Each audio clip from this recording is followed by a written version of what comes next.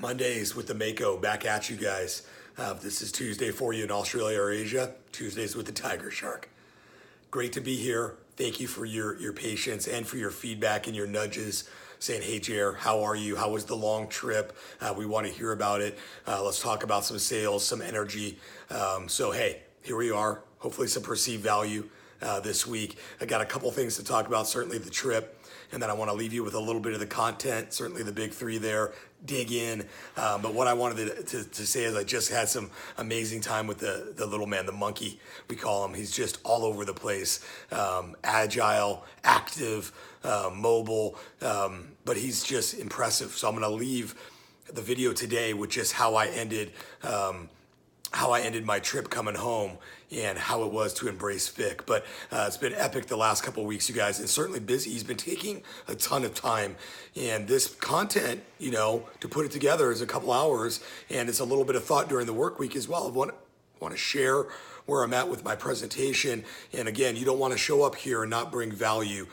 So thank you, guys. Patience again, the feedback, and for hanging with me. But the trip, wow, what a trip. The journey was impressive. It was somewhat last minute. I patched it all together, had some help in doing so, but the partners in the community were tremendous, really taking my hand, holding my hand on this big journey and making sure that, I was cared for, really. But then the strategy, the learning, the execution started to happen and unfold.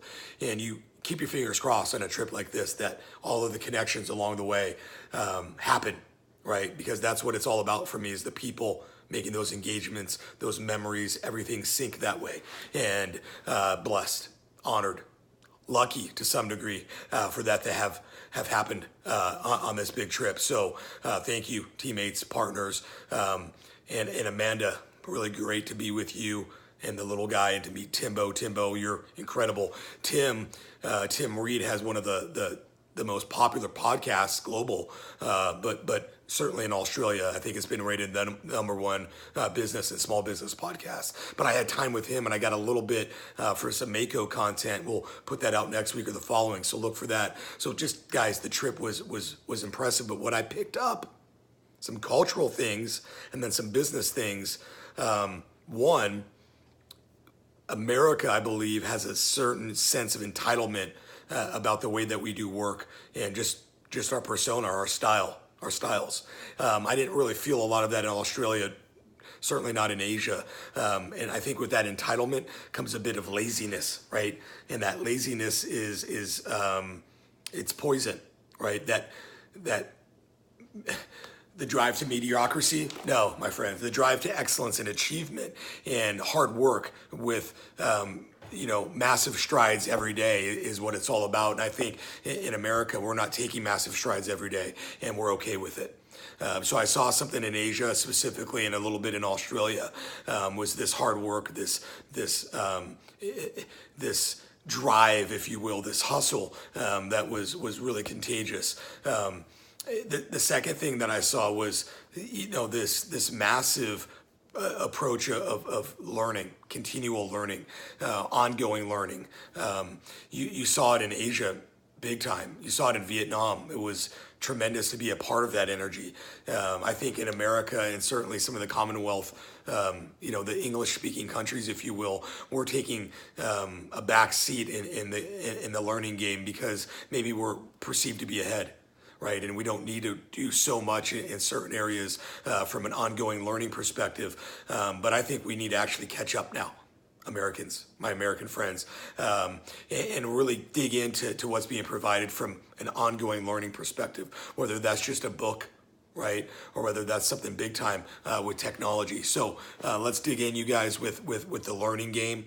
And then the third thing that I really saw was the people game. I thought that on the trip, people were really open and willing and able to engage with me. And when I got back to America, I felt the sense of entitlement right away. And then people were very closed off to you, very defensive and having some walls or barriers right away in any type of interaction or communication. Whether it be meaningful or certainly just chit-chat and small. So some things I picked up on the cultural side. The business side, what I saw was massive massive. And again, I'm relating like me being halfway around the world and learning and having this cultural immersion. And thank you, partners and teammates, for that. I mean, you literally thrust me right in to the culture and to the city, right, to the urban vibe, and that's awesome for me. I'm a historian. I studied urban history, so a massive thanks again. But going back into the business piece, the game of value first, I saw it. I saw it big time. Saw it with the Down Under event with Digital Marker. Well done, guys. Incredible work. Bringing massive value first before any type of ask or conversion. Guys, where are we with this? Where are we with the compassionate sales process and model that brings tremendous value before you ask for a dime? Saw it so much. And then in Vietnam specifically, this country is thriving, it's budding, it's vibrant. And Knock, my business partner, he's bringing a tremendous value game. He's teaching and helping people understand marketing and digital marketing, and then automation, and certainly Infusionsoft. But when I got to see Knock, real quick, you guys, I want to leave it with this. I was tired. I was flat out. I was literally about to have a cold. Head cold. I was feeling it in my chest and my neck, my shoulders. And I get to Ho Chi Minh City, this bustling urban sprawl. And I'm in the airport and it's just busy. It's night. It's about 10 o'clock at night. And I'm like, where is Knock? And then I see him. And I'm making my way out to greet him. And I've got my big bags and we embrace. And it was awesome. Like right away, I have this jolt of energy and I'm like, ready to go. Let's do this, Vietnam. But Knock was such a teammate and brother to me because we had a deeper role at the end of my trip. He was translating my message. And I had a lot of people, at work and just through the network ask me, Jer, what was that like? How did you do your speaking? Your assignment was in front of, some larger crowds too. Talk about that. And it was easy for me to talk about because the speaking was magical. Knock and I didn't rehearse or talk about how I wanted him to translate. I trusted in my brother to deliver the message, and he knew my style and my character, and he delivered what was somewhat a stark, hard, it was a hard message at times because I was talking about the long game and doing it right and not taking shortcuts. And it was awesome because you get that feedback almost right away and that validation. People were rushing up to us to get pictures and talk more about it. And the after engagement on social media, Facebook specifically, was on point. So that was awesome, you guys. And I want to talk maybe just a little bit more about trust in the coming weeks, business trust specifically, but dig into the content about the big three. Next week, I want to talk about my goals, where I'm at with things as the year is coming to an end already. Incredible, right?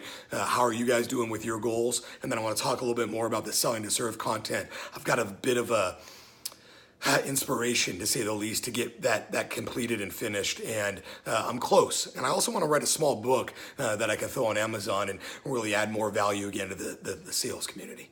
So look for that, and I'll talk more about that in the coming content posts here. But feels good to be back. And the last thing was when I got home. So Erica messages me and says, hey, come in quiet, he's sleeping.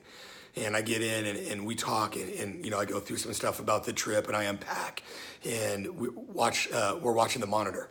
There's the monitor right there. If I showed it, I think I did, and he's moving around right now.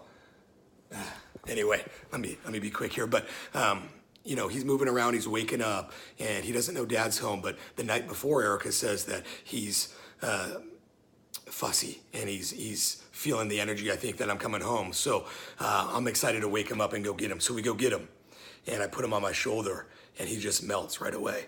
And then he realizes, I think while he was melting into my shoulder, he realized it was Dad's shoulder, and he could smell me. And then we just started hugging and kissing and just snuggling, and it was amazing. But soon thereafter, as he was awoke and running around the house with us, he kept checking for me, and that kept going on for a good 8 to 10 hours through the next day in the evening. But that told me a little bit about the trip, how I need to be mindful of my family, and that duration. The trip was long. It was tough. It was challenging. And on those last few days, I was yearning to get home. But the team and the community kept me together, and the mission was complete. So I want to thank everybody again, and much, much love. You guys have a great week. Go dominate. Bring the heat, bring the A game, bring the empathy, and the value game first. That's how you're going to win. Let's put some numbers on the board too. Sell to serve. Much love, guys. Thank you.